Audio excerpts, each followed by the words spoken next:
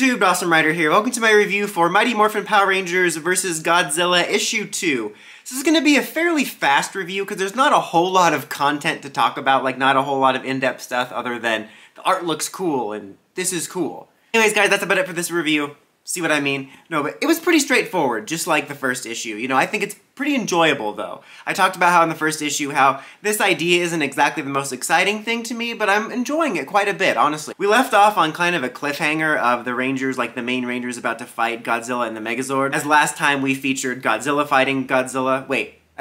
Dragonzord fighting Godzilla. Open up, we have the Dinozords fighting Godzilla for a minute, and then they combine to the Megazord and we fight a little bit. And it highlights what I think is the best part of the series so far, which is the art. I mentioned how last week I really do like the style they're going for, which is almost this retro-y feeling style that feels like a 90s comic, which I think works really well, especially in the fight scenes with Godzilla and the Megazord. There's some really beautiful panels that I would honestly love to have as a poster. We get that fight, and that's the best part of it, I think, for as far as the art goes.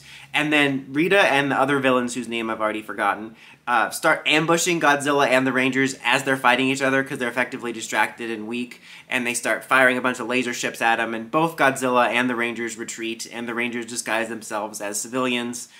Tommy gets himself done kidnapped by Goldar, and Rita talks about possibly turning him evil again, which is something I'm going to put a pin in and talk about at the end.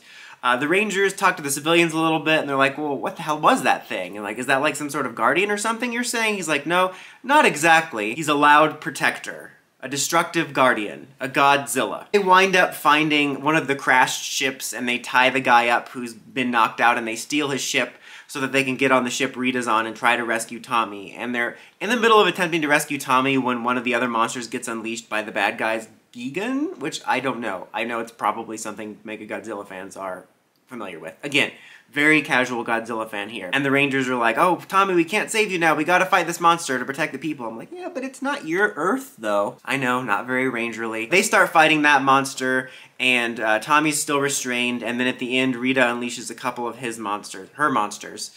Eye Guy and the Rhinoceros guy, whose name I forget. Is it a rhinoceros? Elephant? I don't remember. I don't remember all the monsters' names. I remember Eye Guy because he's Eye Guy.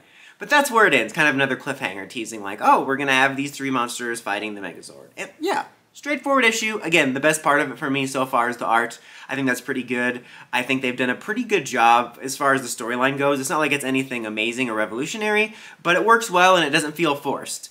In regards to Rita saying she was going to take Tommy over, I get a feeling that, probably the same feeling a lot of other people are getting, is that maybe she'll turn him evil, and we might get a Godzilla Dragonzord hybrid fighting the Rangers, which would honestly be pretty cool. I honestly couldn't help but start thinking about that, since we got some pretty cool hybrid designs for the TMNT crossover, that they're probably going to do some hybrid designs for this, which would honestly be pretty cool to see, and if there's a really cool looking Dragonzord Godzilla hybrid, I would love to get a figure of it. Like, even if it's just kind of a like Lightning Collection Monsters scale figure, that would be pretty cool. But overall, another enjoyable issue. I would give it a 3 out of 5. I'm enjoying it more than I thought. There's just not a whole lot to deep dive into. But what do you guys think of the series so far? Let me know in the comments as always. Until next time, don't forget to like, comment, subscribe, and climb the steps and ring that bell so you get notifications for my videos. Dawson Rider, signing out.